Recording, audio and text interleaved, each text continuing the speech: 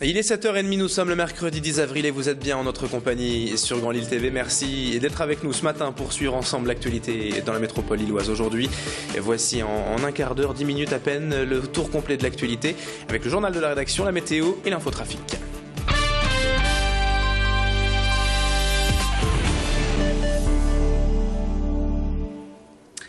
Et à la une de cette actualité, tout d'abord les images du chantier de rénovation de la gare Lille-Flandre qui a donc débuté il y a quelques jours. D'importants travaux de rénovation prévus pour durer près de 2 ans et pour faire de la deuxième gare régionale française un espace convivial et agréable de circulation de services. 2 ans de travaux, 18 millions d'euros investis qui permettront notamment la transformation du grand hall historique, de nouveaux aménagements et services et une ouverture de la gare vers la ville, tout en offrant aux 21 millions de voyageurs annuels une meilleure isolation et une température stable toute l'année et supérieure à 12 degrés minimum. Parmi les nouveaux services proposés, on pourra profiter de consignes à bagages, de distributeurs de billets de banque, de commerces de proximité et même d'un laboratoire d'analyse médicale. Les travaux sont donc prévus jusqu'en mars 2015 et d'ici là, durant tout ce temps, il faudra donc jongler avec le chantier et plus de 500 trains quotidiens. Présentation détaillée avec Jérôme Baudel, directeur du projet Gare et Connexion, au micro d'Adélaïde Bollard. La durée des travaux, elle va durer, ce que je disais, 30 mois, 30-35 mois. L'idée étant qu'on travaille pas à pas par un jeu de chaises musicales continu. Je travaille des espaces, je livre les espaces, les aménageurs travaillent les aménagements et une fois que les services ont bougé, je récupère les surfaces ainsi libérées pour pouvoir continuer à travailler. Donc on est vraiment sur un jeu de chaises musicales pendant une trentaine de mois en limitant, je vous disais, l'impact autant que faire se peut et en favorisant toujours le maintien des accès et du service offert. L'actualité sociale également à la une de cette édition avec le rassemblement des pompiers du Nord hier à la caserne de l'île Bouvine à Fives.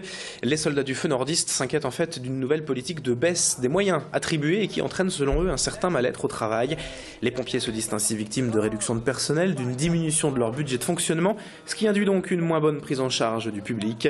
Selon eux, en fait, le mode de travail dit dégradé qui permet de travailler en sous-effectif mais qui doit rester occasionnel devient de plus en plus fréquent, d'où des problèmes relationnels de management avec la hiérarchie et ce mal-être donc évoqué par certains pompiers. Explication complémentaire avec Laurent Cotterman, adjudant-chef à Roubaix au micro d'Adélaïde Bollard. Sur les effectifs, on est confronté au problème. Sur la planification du temps de travail, on est confronté au problème. Sur donc rendre service à la population, on est confronté au problème parce que étant donné, on est de plus en plus à utiliser ce qu'on appelle techniquement chez nous le mode dégradé. Ça veut bien dire ce que ça veut dire. C'est que cette situation pouvait être tenue occasionnellement, sauf qu'elle est devenue récurrente. Ce qui veut dire qu'il y a des problèmes d'effectifs. On utilise aussi nos camarades sapeurs-pompiers volontaires sur situation postée, ils sont en astreinte, ils sont de plus en plus, ça veut dire qu'on précarise notre métier et donc ça devient complètement compliqué pour faire en sorte de faire avancer le service public qu'on représente. Également en bref, dans cette édition hier matin à Tourcoing, la police belge a ouvert le feu sur des criminels en fuite en plein centre-ville, à l'angle de la rue de la Malsens et du boulevard de l'Égalité. Les policiers de Moucron auraient en fait tiré 3 fois sur un véhicule qu'ils poursuivaient depuis la frontière. Les fuyards ont toutefois réussi à prendre la fuite et on ne sait pas pour l'heure les raisons de cette course-poursuite achevée donc en France à Tourcoing. Mais les policiers belges ont été entendus hier par leurs homologues français.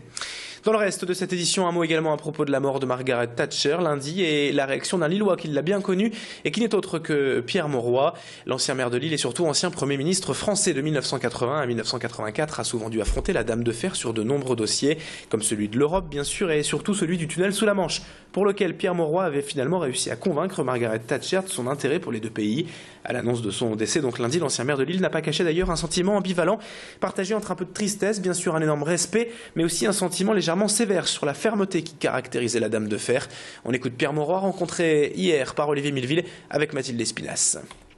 Sentiment de certaine tristesse, pour une période exaltante de ma vie où j'avais réussi ce projet qui me tenait à cœur, qui était le tunnel sous la Manche.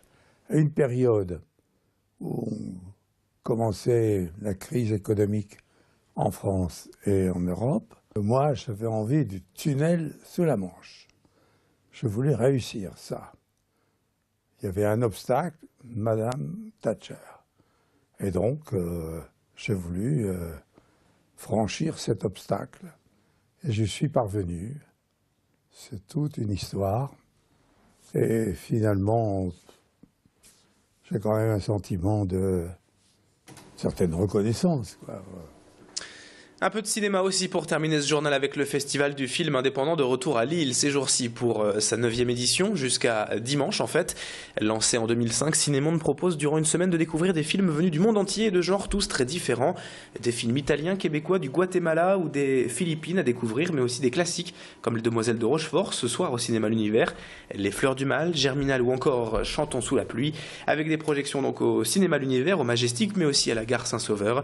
Chaque séance ne coûte que 3 € et le programme complet est à retrouver sur internet sur fifilille.com et avec les explications dans ce journal de Dominique Ollier, délégué général du festival.